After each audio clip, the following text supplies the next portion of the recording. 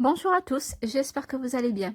Aujourd'hui, je partage avec vous une très jolie recette de layer cake, facile et rapide à faire. C'est vraiment un délicieux gâteau, riche en saveurs et que tout le monde aime. N'hésitez surtout pas à l'essayer car je suis sûre que vous allez l'adorer. Avec cette recette, vous allez réussir à 100% votre biscuit. Vous allez obtenir une belle génoise bien haute et avec peu d'ingrédients. On commence d'abord par le moule. Donc, il me faudra un moule à gâteau de 22 cm de diamètre. Ou bien, moi, j'en ai pas. J'ai un cercle de 22 cm. Donc, je vais disposer un papier cuisson à l'intérieur. Donc, je vais couvrir l'intérieur du papier du moule. Je prends un papier cuisson, je le plie en deux, puis en trois, puis en triangle. Je le découpe, comme vous voyez. Je le fixe bien à l'intérieur de mon cercle ou bien de mon moule. Et puis, je passe aux ingrédients. Pour les ingrédients de la génoise, donc, il me faudra ici 150 g de farine de bonne qualité à pâtisserie. Ici, j'ai pris la farine de chez Aldi. Elle est excellente et pas chère. J'ai 25 g de fécule de maïs, l'équivalent d'une cuillère à soupe de fécule de maïs. J'aurai besoin aussi de 4 œufs à température ambiante. J'ai 150 g de sucre fin, un sachet de sucre vanillé, une pincée de sel, une petite cuillère de bicarbonate de soude et une petite cuillère de levure chimique. Voilà, c'est tout ce qu'il me faut. Ici, on passe directement à la préparation de la génoise avec un batteur électrique ou un robot. Donc, ce que vous avez, mais voilà, il faut absolument un batteur électrique. Pas à la main. Je casse mes œufs. Je rajoute ma pincée de sel. Je rajoute petit à petit le sucre que j'ai, 150 g de sucre fin. Pas d'un coup. Donc, c'est essentiel de le rajouter en trois parties. Je rajoute aussi mon sucre vanillé. Je fouette bien le tout pendant 10 minutes jusqu'à ce que j'obtienne une texture bien mousseuse et que mon mélange triple de volume.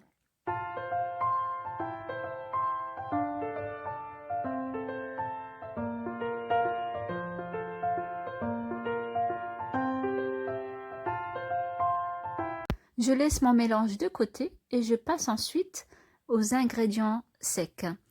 À l'aide d'une passoire, je vais tamiser tous mes ingrédients secs, la farine, la levure, fécule de maïs et bicarbonate de soude. Je recommencerai cette opération 3 fois.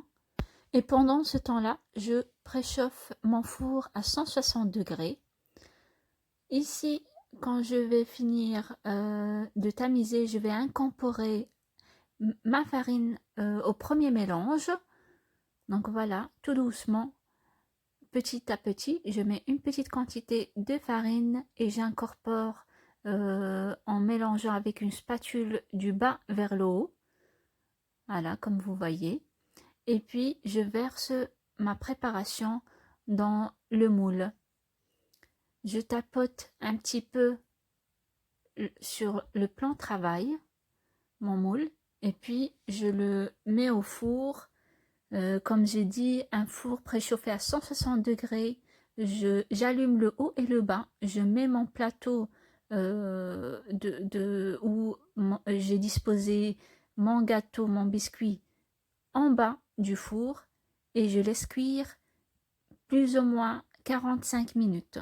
On passera ensuite à la préparation du sirop avec quoi je vais imbiber ma génoise lors du montage.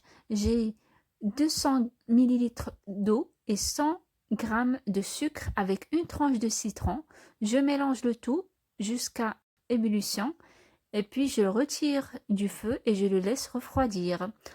Ici, comme vous voyez, ma génoise elle est bien cuite. J'enlève le papier cuisson qui est tout autour.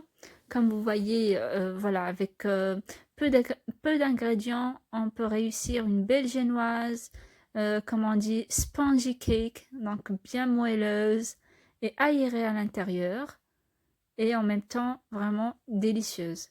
Voilà, comme vous voyez. Vraiment, j'étais très satisfaite du résultat. Ce que je vais faire, c'est que je vais régulariser l'eau dessus en coupant légèrement voilà, l'eau dessus. Et puis voilà, le reste ici, les chutes, on peut soit les donner aux enfants pour qu'ils les mangent ou bien préparer autre chose avec des mini cheesecake ou bien autre chose. Ensuite, je découpe ma génoise en 4. J'ai découpé ici en moitié. Et puis chaque moitié, je l'ai découpé encore en 2. Voilà. Et je la garde de côté. Je passe à ma crème. Donc j'aurai besoin ici de 750 ml de crème. Ici, j'ai une crème fraîche à 35% de matière grasse. Vous pouvez prendre une à 40 aussi, n'importe quelle marque. L'essentiel, c'est qu'elle soit fouettable. Voilà, donc j'aurai besoin aussi d'un sachet de sucre vanillé, de 6 cuillères à soupe de sucre palpable ou sucre glace et 250 g de mascarpone. Je fouette bien le tout jusqu'à ce que ma crème devienne bien ferme. On passe ensuite au montage du gâteau. Ici, j'ai pris un plateau, là le plateau tournant à fromage. J'ai mis au-dessus mon plat, un plat là où je vais servir mon gâteau.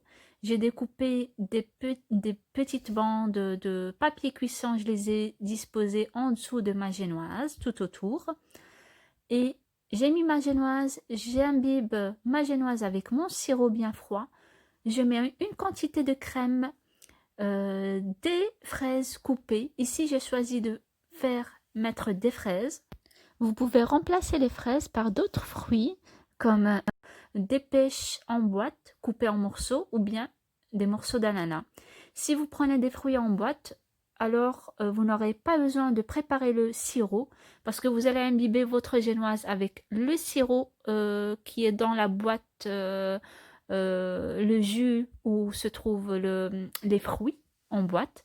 Voilà, je continue la même chose avec toutes mes parties de la génoise. Donc toujours le biscuit, je l'imbibe avec le sirop, je mets une quantité de crème, mes morceaux de fruits.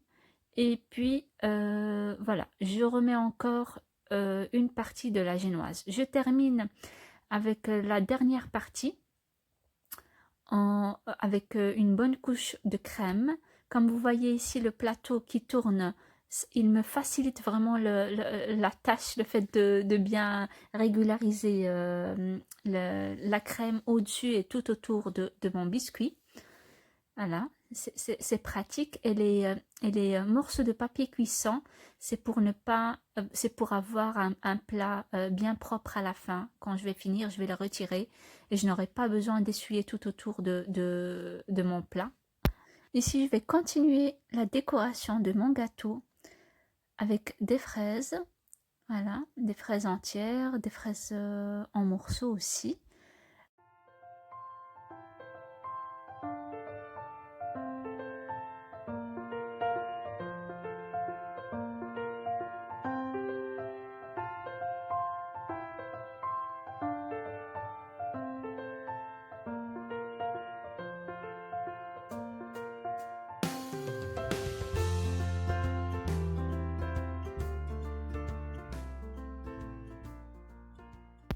Voilà, ici mon gâteau est fini. Je vais retirer les morceaux de papier cuisson qui sont en dessous de mon gâteau et je le laisse refroidir 3 heures dans le frigo.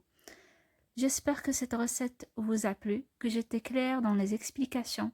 Si vous avez une question, n'hésitez pas à me l'envoyer. N'hésitez surtout pas à m'encourager avec vos likes. Je vous souhaite une excellente journée et à très bientôt. Au revoir.